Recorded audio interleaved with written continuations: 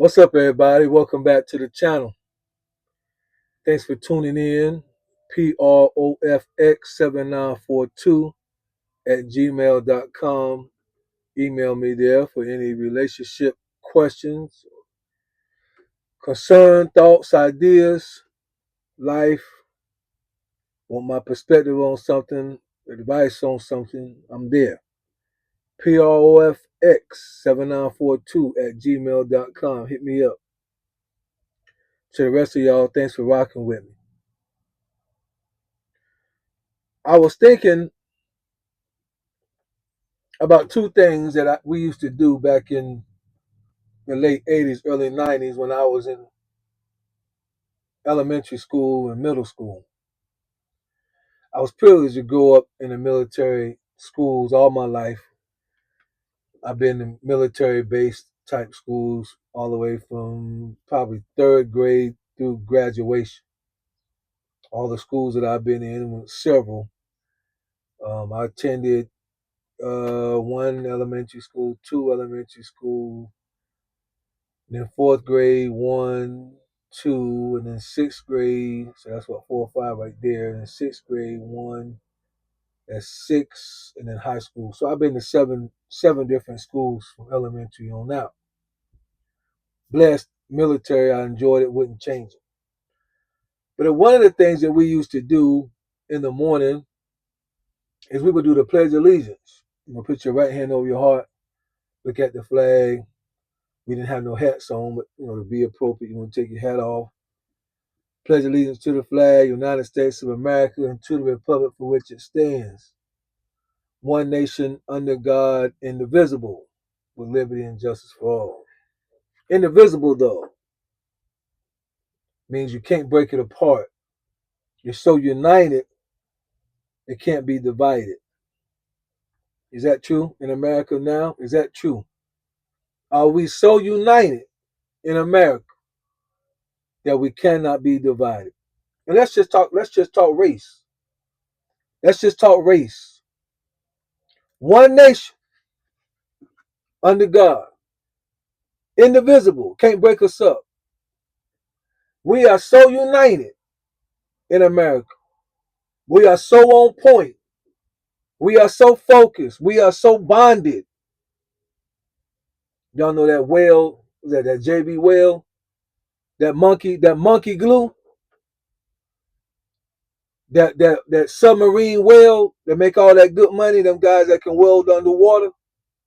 Yeah. We are so united, indivisible. America.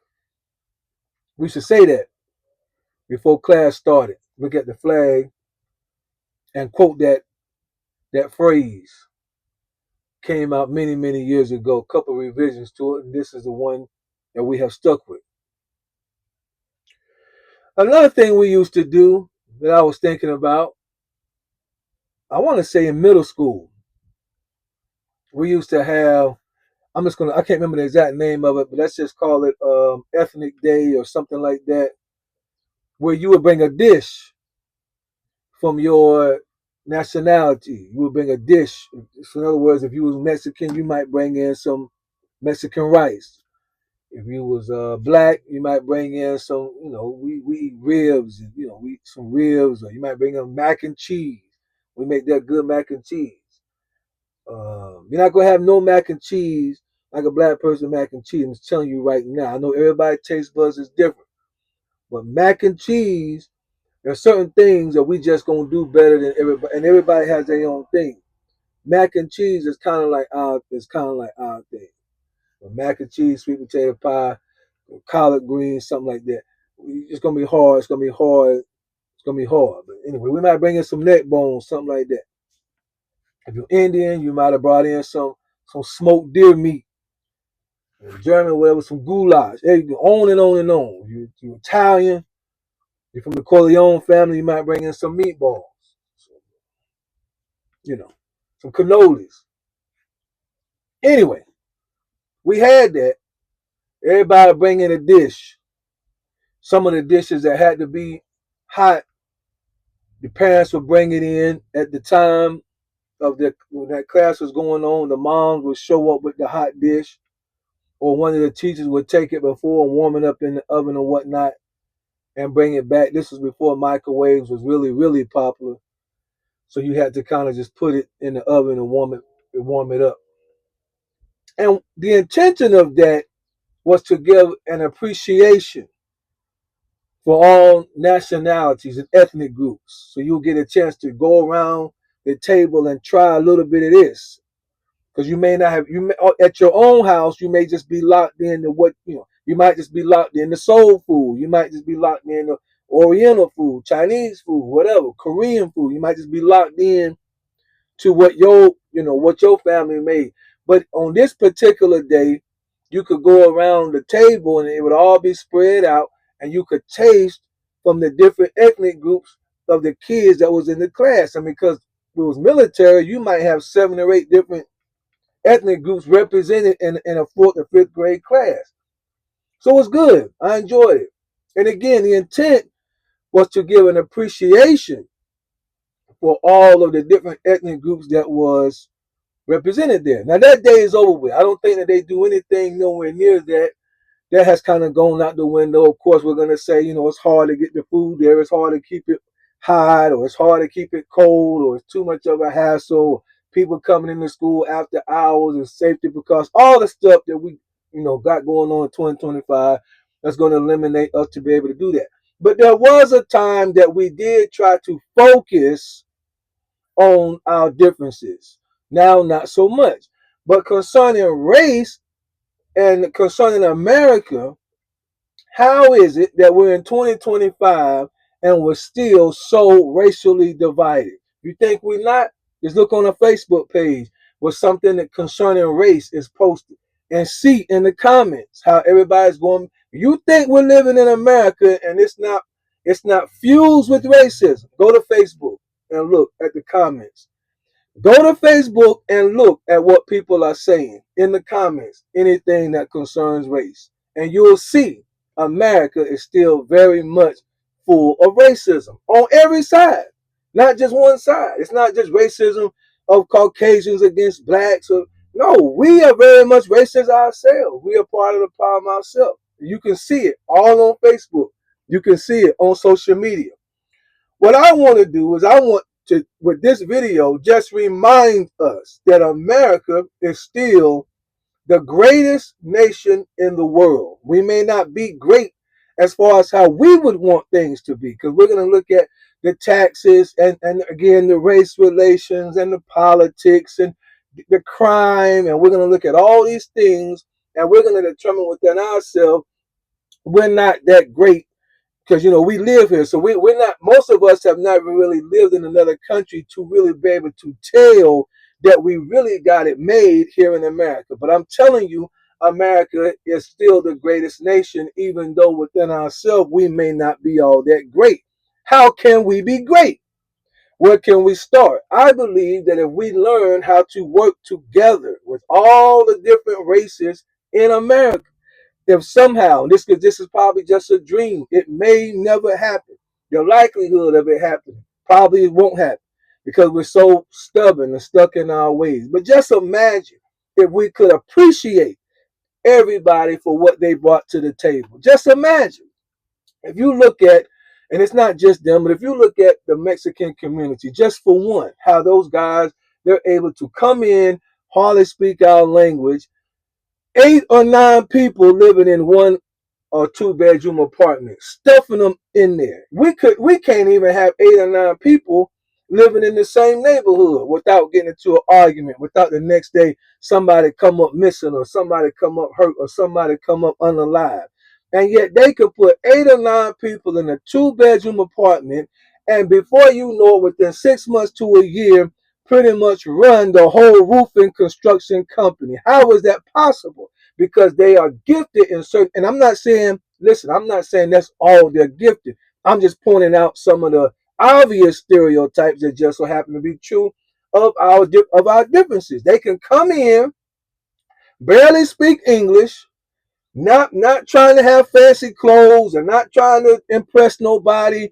Ain't got a whole lot of cars in the parking lot, maybe 1 or 2 old cars, and 8 or 9 Mexican men gonna go to work, and in 6 months to a year, they're gonna be the foremen on the job, be second in command. I'm not saying they're gonna run the whole thing. It's still gonna be probably somebody else that owns the company, but they're gonna be so good at what they do. The list of jobs for them is endless. As long as the weather stay good, they're gonna have a job. What if we could learn from that? What if we could watch them and learn and appreciate what they bring to the table? Same thing with the Oriental community. Look in the neighborhood, look in the hoods of our own black hoods, and we'll see a strip outlet mall. All the stores closed down. You think, oh, they're gonna tear that down. They ain't gonna do nothing with that. Next thing you know, the Orientals move in, the Chinese move in, and they got a Great Wall restaurant right there. Can't speak no English. Family, husband, wife, child, maybe 2 kids running the restaurant.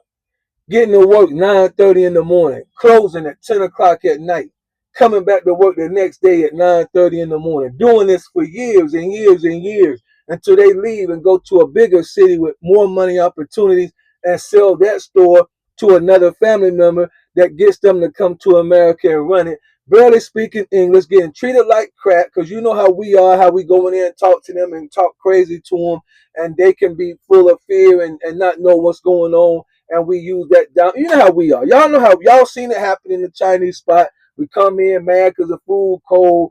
We want to fuss them out because they're very humble and meek people, and you know how we do. But they do it. What if we could learn?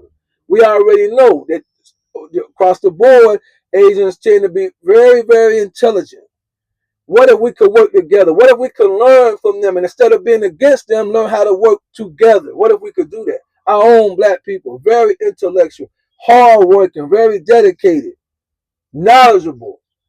What if we could lay aside our differences and learn how to work together? These are the things that will make America truly great. And I don't mean to miss out. What if we could work with the end? Who knows nature?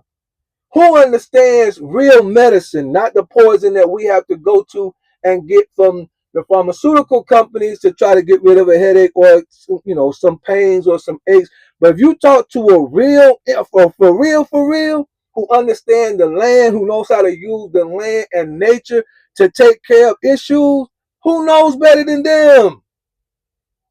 The healing that you can get from the stuff that they recommend, which ain't even the poison that we got to get out of bottles and medicine cabinets, but just using the earth and herbs. Who knows better than them?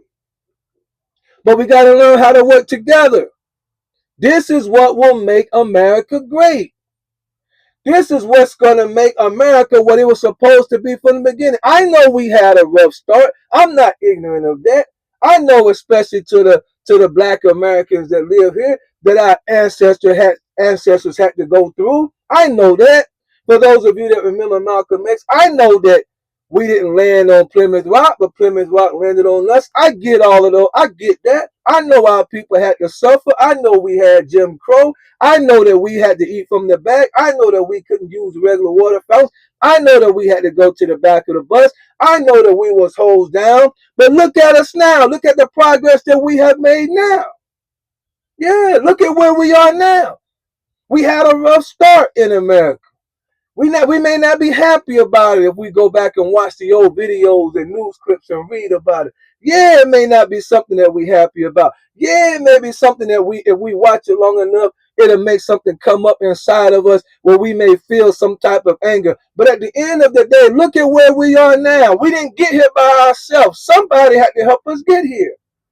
So what's going to make America great? What's gonna put America over the top?